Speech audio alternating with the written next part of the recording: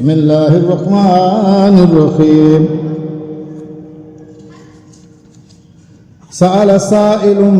بعذاب واقع الكافر سرداف من الله ذي المعارف تعرض الملائكة والروح إليه في يوم كان مقداره 50,000 سنة فاصبر صبرا جميلا إنهم يرونه بعيدا ونراه قريبا يوم تكون السماء كالمهل وتكون الجبال كالعهن فلا يسأل حميما حميما وتكون الجبال كالعهن ولا يسأل حميم حميما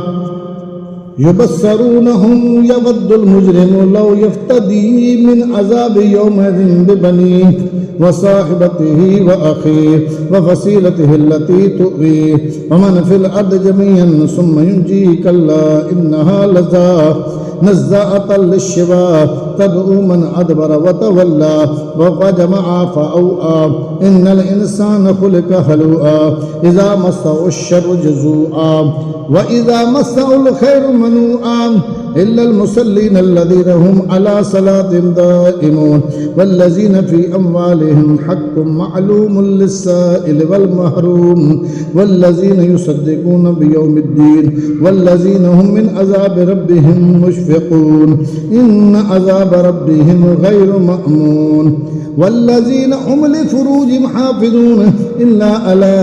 أزواجهم أو ما ملكت أيمانهم فإنهم غير ملومين فمن ابتغى وراء ذلك فأولئك هم العادون والذين هم لأماناتهم وعهدهم راعون والذين هم بشهاداتهم قائمون والذين هم على صلاتهم يحافظون أولئك في جنات مكرمون فما للذين كفروا قبلك مهطعين عن اليمين وعن الشمال حزين أيطمع كل امرئ منهم أن يدخل جنة نعيم كلا إنها خلقناهم مما يعلمون فلا أقسم برب المشارق والمغارب إنا لقادرون على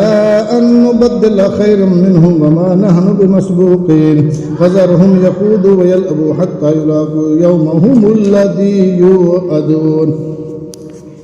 يوم يخرجون من الأجداث سراعا كأنهم إلى نصب يوفضون خاشية أبصارهم ترهقهم ذلة ذلك اليوم الذي كانوا يوعدون